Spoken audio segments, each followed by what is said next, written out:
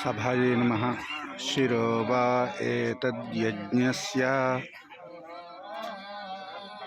అని యత్ప్రవర్గ్య అని.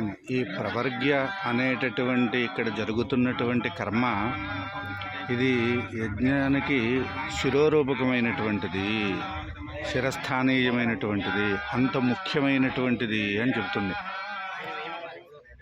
ఈ యజ్ఞము ఈ లోకానికి ఏమిటి అవసరము అని అంటే ఇక్కడి నుంచే లోక ప్రయోజనం అంతా, లోకహితం అంతా ఈ ప్రవర్గ్య నుంచే సమకూరుతుంది. ఏదైతే ఈ ఘర్మాన్ని ఆ మట్టి పాత్రలో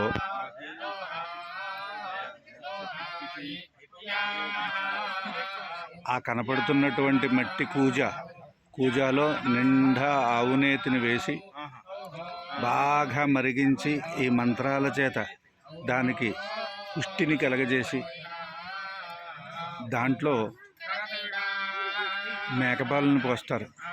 ఈ మంత్రాలన్నీ హౌత్ర మంత్రాలు, ఔద్గాత్ర మంత్రాలు, అధ్వర్యుడి మంత్రాలు, యజుర్మంత్రాలు ఇవన్నిటినీ వినియోగిస్తూ దాంట్లో ఆ మేకపాలను పోసేటప్పటికి ఒక్క మాటు ఏదైతే పొగలు బయటకు